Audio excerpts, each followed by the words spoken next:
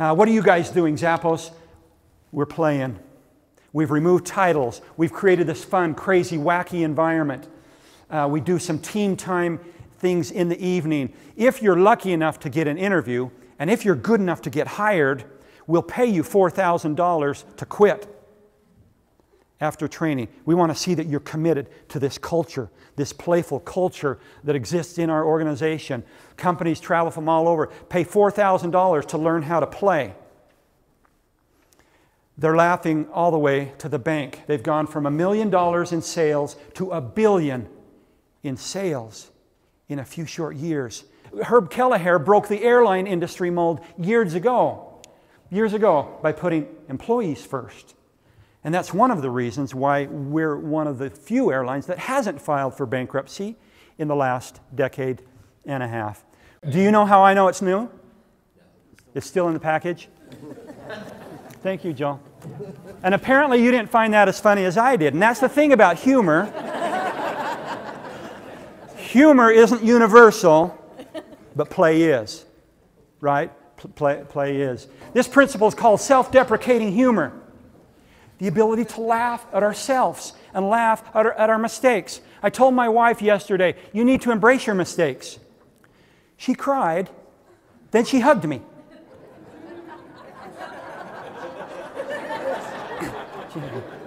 I want to tell you my story. I'm not an Olympic athlete.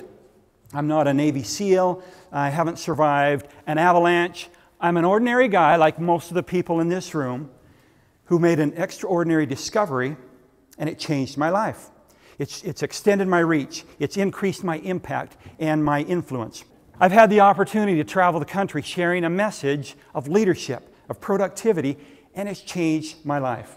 I share that story as we begin our discussion on leadership. Can I redirect that question to you? Why would anyone listen to you or follow you? Because you're amazing, right?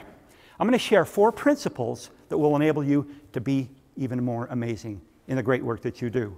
I'm going to show you some organizations who are transforming their industry through play. It's absolutely very business relevant. In fact, it's an occupational hazard to grow up. It handicaps our organizations, our productivity, our performance, our profitability. And I'll show you that science behind that. Victor Borg said, laughter is the shortest distance between two people. Play shortens that power distance between two people immediately. A new customer, a new client. Why is it a secret? Because most organizations don't get it. Don't understand that absolutely it is business relevant. And it truly does, it changes everything. It changes the way I deliver keynote presentations. It changes the way I teach in the college classroom. It changes the way I run my organization. It changes the way I interact with my family. It changes the way I deal with difficult people and challenging situations. It changes everything. There's a lot of players in the game of life, the game of work, right? I want you to be that coach. I want you to be the cheerleader. I want you to be the team captain. You understand this model. You understand this principle. I want you to bring that to life in your organizations. How does play feel? Can you feel the energy level in this room go up? What have you seen? What have you heard? What have you felt that has resonated with you today? What do you want to hang on to? What do you want to remember? My challenge to you in your busy lives, you'll take a step back. You'll see the big picture of this thing called playful leadership and how we can involve it in our organizations. Thank you for your effort. Thank you for bringing your A game. Thank you for your energy. Have a wonderful conference. Best of luck in the great things that you do. My name's Russ Johnson, a new kind of play that works. Thank you very much.